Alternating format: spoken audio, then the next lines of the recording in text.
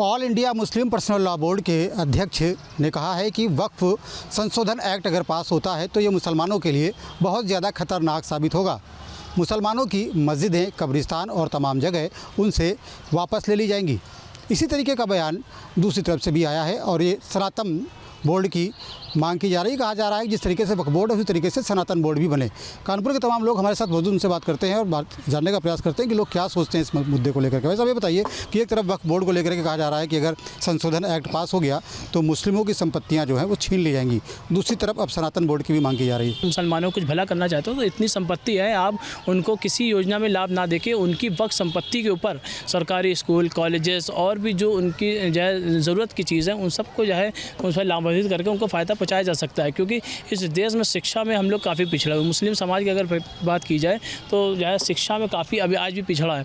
तो इतनी संपत्ति होने के बाद भी हम लोग जो है पिछड़ेपन के शिकार है। तो सरकार की मंशा सही नहीं रहती। अगर जो इससे पहले की सरकारें रहीं, हम ये भी मानते हैं कि वक्फ का इस्तेमाल कुछ लोगों ने गलत तरीके से किया, अपने पर्सनल यूज़ के लिए किया, लेकिन वो संपत्ति ज़िंदा थी। ये थी कि हाँ संपत्ति है, आज नहीं तो कल कोर्ट के माध्यम से उनसे खाली कराई जा सकती है, यहाँ पे कुछ तामीर किया जा सकता है। लेकिन इस एक्ट के बाद बिल्कुल भी उम्मीद नहीं रहेगी कि हमारी संपत्ति हमारे पे बचेगी, हमारे बच्चों के भविष्य मुस्तकबिल अच्छा हो सकेगा। तो ये सब साजिशें हैं। आप रही सनातन की बात, तो आपको किसने रोका? आप सनातन बनाइए, आप आर्य समाज बनाए हो, आर्य समाज में बहुत से ऐसे काम आप करते हो जो है कोर्ट जिसकी इजाज़त देता है, लेकिन इसका हम विरोध नहीं करते हैं। इसलिए नहीं करते हैं कि आपकी जो है आस्था है, आपकी जो है मर्जी है, आप जैसा करना चाहे करिए। आप सनातन बोर्ड बनाइए, किसने रोका है भाई? आप जो दान करने वाले होंगे, देखिए दिल जिसका बड़ा होगा वही दान करेगा। ये तो दान करी हुई संपत्तियाँ हैं, तो उसको ऊपर आप नज़र गड़ा कर इसको छीनने की कोशिश, ये बहुत ख़राब है। और इस देश का मुसलमान और पिछड़ता जाएगा, काफ़ी पिछड़ा हुआ और पिछड़ता जाएगा। हमें एक उम्मीद थी जब नरेंद्र मोदी सरकार बनी 2014 में, उन्होंने कहा था कि सबका साथ सबका विकास।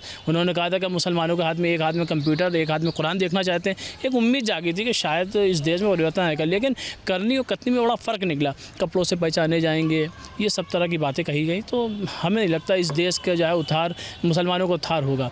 अगर आप वाकई में हमदर्दी चाहते हैं, सबका साथ सबका विकास चाहते हैं, तो आप इन वक्फ संपत्तियों पर मुसलमानों के हित के लिए, उनके बच्चों के हित के लिए कोई कार्य करें, जिससे हम आपको और आसार आंखों पे रखने की कोशिश करेंगे और हम आपको मानेंगे। तब तो लगेगा कि हाँ। सरकार का कहना तो यही है कि वो वक्फ में संशोधन करके पारदर्शिता लाएंगे, तमाम जो योजनाएं हैं वो मुस्लिमों के लिए लाएंगे, उन ज़मीनों का बेहतर इस्तेमाल हो पाएगा जो गलत तरीके से इस्तेमाल की जा रही हैं। देखिए, लेकिन अभी तक इन्होंने इस बात को जो संशोधित बिल ला रहे उसमें नहीं जायज़ शो किया है कि आप बताइए, आप पब्लिकली आगे बताइए कि नहीं हम ऐसा करेंगे। आप तो ये पर्दे के पीछे की बात करो। और ये जो है सामने है, जब इस 370 वाला मामला हुआ था उसमें भी आपने देखा कि 370 में सिर्फ जो है वहाँ पे ज़मीन खरीद फरोख्त का ही मामला हुआ, इसके बाद कोई मामला हल नहीं हुआ। तो उसी तरह वक्फ बोर्ड में भी होगा। आप कहते कुछ हो, करते कुछ हो, इसलिए ये गलत है। आप सरकार की बातों पर भरोसा नहीं है आपको। भाई साहब आप ये बताइए, जिस तरीके से वक्फ बोर्ड है उसी तरीके से अब देवकीनंदन ठाकुर जो कथावाचक है वो कह रहे हैं सनातन बोर्ड भी होना चाहिए इस तरीके का।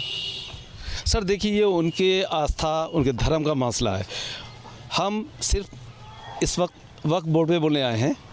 हम ये चाहते हैं कि चूँकि जितनी भी वक्फ ज़मीनें हैं ये तमाम मुसलमानों ने अपनी अथाह मेहनत से, बड़ी मेहनत से बना के मुसलमानों की या आम इंसानों की कामयाबी के लिए ये ज़मीन दी थी। आज गवर्नमेंट ऑफ इंडिया एक कानून बना के ये चाहती है कि वक्फ की ज़मीन भी छीन लें। लेकिन मैं चाहता हूँ कि जितनी भी वक्फ की ज़मीन है, सबसे पहले ठीक है आप एक्वायर भले कीजिए, लेकिन उसके साथ साथ इसका फ़ायदा सीधे और सीधे 99% मुस्लिम को पहुंचना चाहिए। यही उसके हकदार हैं। क्योंकि हमारी बहुत सी परेशानियां हैं, पहले ही परेशान हैं, और हम लोग को आगे और परेशान करने की कोई आदमी कोशिश ना करे। क्योंकि ये हमारी अपनी मेहनत की बनाई हुई, हमारे तमाम पीछे जितने भी हमारे अजदाद हैं उन्होंने अपनी गाढ़ी मेहनत की कमाई से ये मुस्लिम को दी थी, ताकि जो लोग परेशान हैं या जहां मस्जिदें बनना है, दरगाहें बनना है, ये हमारी अपनी पर्सनल ज़मीनें हैं। इस पे किसी भी तरह की बुरी नज़र गवर्नमेंट नहीं डाले। और ठीक है, क्या आपको ये लगता है कि अगर संशोधन हो जाता है वक्फ एक्ट में तो क्या आपकी ज़मीनें आपसे छीन ली जाएंगी? सर पीछे जितना आप देख रहे हैं, देखते चले आए हैं, उसमें परेशानियाँ तो देखी हुई है। या तो फिर जो भारत का संविधान है या कोर्ट है वो हमें यकीन करा दे कि ठीक है आपके साथ नाइंसाफ़ी नहीं होगी, तो हम बेफिक्र होके हम आपके साथ कांधे से कांधा मिलाएंगे। बाकी फिर हम बार कह रहे हैं कि जितनी भी वक्फ की ज़मीन है उसका 99% फ़ायदा मुस्लिम को ही पहुंचना चाहिए। ठीक सर। कुल मिलाकर के निकल करके आ रहा सब कि सरकार की बातों पर भरोसा नहीं है। ऐसा लगता है कि अगर वक्फ एक्ट आएगा तो उसकी आड़ में संपत्तियों को हड़पने का काम किया जाएगा। ऐसे लगता है आपको? देखिए, जब से ये सरकार आई है तब से लगातार मुसलमानों के ऊपर तरह तरह के मामलात हो रहे हैं, उनकी संपत्तियों को लेकर उनके ऊपर झूठे मुकदमे लगाकर उन पे हर तरीके से हरेसमेंट किया जा रहा है। अब उसकी एक नई शक्ल जो है वो इस वक्त मौजूदा दौर में जो वक्फ बोर्ड का जो बिल लाया जा रहा वो है। उस बिल आने से ये सभी को मालूम है, चाहे हम हो या गैर हो, सबको मालूम है कि ये सीधे सीधे मुसलमानों की अब संपत्ति पे डाका डाला जा रहा है। क्योंकि हमारे पूर्वज थे उन्होंने इसको सिर्फ इसलिए वक्फ करा था कि हमारी आने वाली नस्लें जो हैं वो इससे तालीम हासिल कर सकें, अपने मजहबी जो मामलात हैं उसको, मज़ार हैं, दरगाहें हैं, इसमें वक्फ की संपत्तियों में तमाम चीज़ें आती हैं। लेकिन सरकार इस तरीके से एक माहौल बना के सिर्फ और सिर्फ मुसलमानों को टारगेट कर रही है और हमारी जो संपत्तियां हैं, जो हमारे पूर्वजों की संपत्तियां, उस पर डाका डाल रही है। इस पर कोशिश ये करनी चाहिए। एक तो पहली चीज़, उन्होंने सांसद के बाद एक कमेटी बना दी है, वो कमेटी मौजूद है, वो इसमें देख रही है, इस मामले को देख रही है। लेकिन कमेटी में भी आए दिन अभी एक मामला देखने को मिला, वहाँ भी बवालात हो रहे हैं। ये सब एक साजिश के तहत प्रोग्राम करके कि किसी सूरत से बदनाम किया जाए मुसलमानों को, सीधा सीधा मुसलमानों को टारगेट करके उनकी संपत्तियों को छीनने का काम कर रहे हैं, ताकि संपत्ति छीनेगी तो उससे जो है मुसलमानों में शिक्षा में और ज़्यादा गिरावट आएगी, उनकी जो दरगाहें हैं, उनकी जो मस्जिदें हैं, उनके जो दीगर खानकाहें हैं, उस पर जो है हस्तक्षेप होगा। इसको जो है बर्दाश्त नहीं किया जाएगा।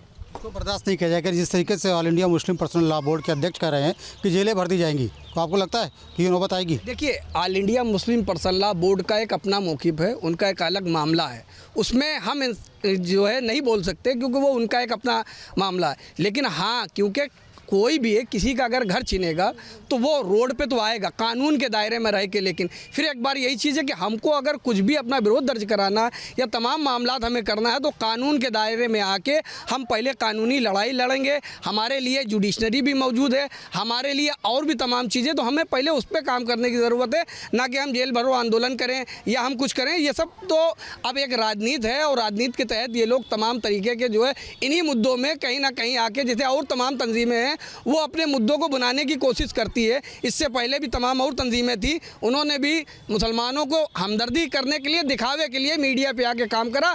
लेकिन अगर उनका पीछे जाके देखिएगा बैकग्राउंड, तो उसमें कहीं ना कहीं वो मुसलमानों को नुकसान हो रहा है। अगर सरकार की सच्ची नीयत है, एक बार फिर जो कहा जाता है, मोदी जी ने जो नारा दिया था, सबका साथ, सबका विकास और सबका विश्वास, अगर विश्वास जीतना है तो मुसलमानों को भी बराबरी का हक दीजिए, मुसलमानों को 2 नंबर का शहरी ना बनाइए। सर देखिए, जैसा कि ये जो है वक्फ बोर्ड का मामला है, तो ये यहाँ पर ऐसे इसलिए था कि इससे कुछ लोगों को फैज़ाब हो, कुछ फ़ायदा मिले। कुछ तंजीमों ने जो है अपने स्कूल बना दिए, किसी ने कॉलेज बना दिए, कुछ ने हॉस्पिटल्स और नर्सिंग होम्स बना दिए, तो इससे कहीं ना कहीं फ़ायदा है। और आगे ऐसी कोई भी प्रॉपर्टीज़ हैं जो सरकार की नज़र में हैं, तो अगर उस पर अगर सही काम, अच्छा काम नहीं हो रहा, तो उस पर भी इसी तरह से कुछ ना कुछ हॉस्पिटल, स्कूल, जिससे पब्लिक की मदद हो सके, उसको लेकर आया जाए, ना कि इसके लिए अगर कोई गलत इंटेंशन है तो वो बिल्कुल गलत है। हम जैसा कि जानते हैं, हमारा देश एक सोने की चिड़िया जाना जाता था, गोल्डन बर्ड कहा जाता था। आज हमारा देश कहाँ से कहाँ जा रहा है।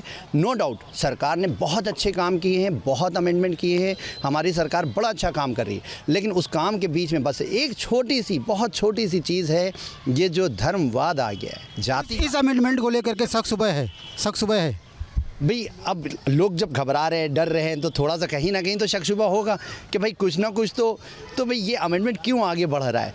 भाई यूनिटी इन डाइवर्सिटी, एक हमारा भारत देश ऐसा है जहाँ हिंदू, मुस्लिम, सिख, ईसाई सब भाइयों की तरह रह रहे हैं। आज भी हम जब कोई प्रोग्राम करते हैं तो उसमें सारे के सारे शामिल होते हैं। उसमें हमारे ईसाई भाई भी होते हैं, सरदार भाई भी होते हैं, हिंदू भाई भी होते हैं, मुस्लिम। और हिंदुओं के यहाँ हम जाते हैं तो उनके सारे प्रोग्राम हम अटेंड कर रहे हैं और हम लोग सब गले लग रहे हैं, ईद मिल रहे हैं, दिवाली का जश्न मना रहे हैं, सब सारे त्यौहार एक दूसरे के साथ मना रहे हैं। तो ये बातें कहाँ से उठ कर आ रही हैं, इसका क्या मकसद है, क्यों ये सारे सवाल? तो ये सवाल साहब आप बताइए, क्या लगता है वक्फ एक्ट में जो संशोधन हो रहा है उसके पीछे सरकार की क्या मंशा हो सकती है? और जिस तरीके से इसका विरोध भी हो रहा है, all India Muslim personal law board ने तो कह दिया कि मुस्लिमों की संपत्ति छीनने के लिए इस एक्ट में संशोधन किया जा रहा है, आपको क्या लगता है?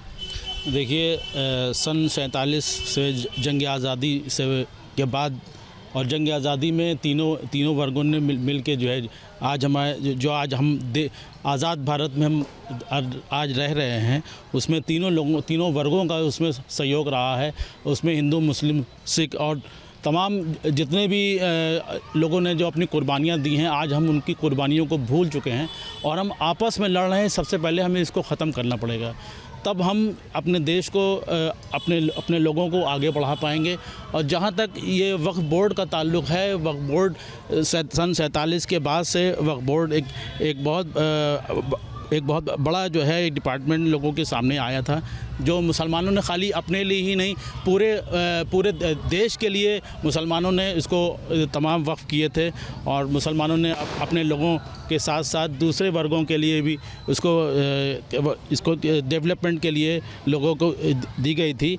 लेकिन आज जो हम लोगों के बीच में जो कम्युनलिज़म की जो बात आ रही है, इससे हम बजाय आगे बढ़ने के और पीछे जा रहे हैं। इस चीज़ों को ख़त्म किया जाए और जितने भी ये जो चीज़ों में आपस में जो इख्तलाफ पैदा हो रहे हैं, इसको ख़त्म किया जाए। और ये जो संशोधन की बात है, इससे पहले जितनी भी गवर्नमेंट आई हैं उन्होंने इसको कभी नहीं उठाया। और जब तक ये उठता रहेगा हम आपस में बढ़ते रहेंगे और हमारा देश और कमज़ोर होता जाएगा। लिहाजा इसको जो है ख़त्म करना चाहिए। क्या लगता है आपको कि ये जो संशोधन लाया जा रहा है, इससे हिंदू मुस्लिम के बीच में खाई पैदा होगी और क्या वाकई में इससे मुस्लिमों की संपत्तियाँ छीन ली जाएंगी? आपको लगता है ऐसा? कम शब्दों में अगर बड़ी बात कही जाए तो सरकार की मंशा साफ नहीं है। सरकार मुस्लिमों को आर्थिक रूप से कमज़ोर करने के लिए इस तरह के कानून ला रही है, संशोधन कर रही है, जिससे कि मुस्लिमों को, जो हमारे पूर्वज हमारे लिए छोड़ कर गए हैं, जिससे हम अपने भविष्य का, अपने नस्लों का विकास कर सकें, उस पर सरकार अपना अधिकार जमा कर उसको अपने कब्ज़े में लेकर अपने मंशा के हिसाब से उसको चलाएगी।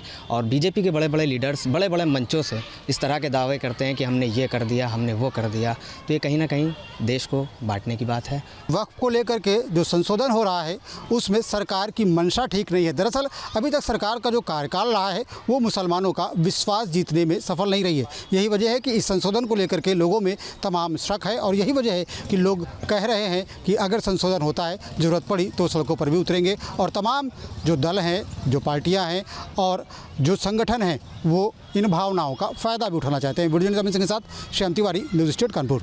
न्यूज नेशन अब व्हाट्सएप पर खबरों की ताजा अपडेट के लिए न्यूज नेशन के इस QR कोड को स्कैन करें।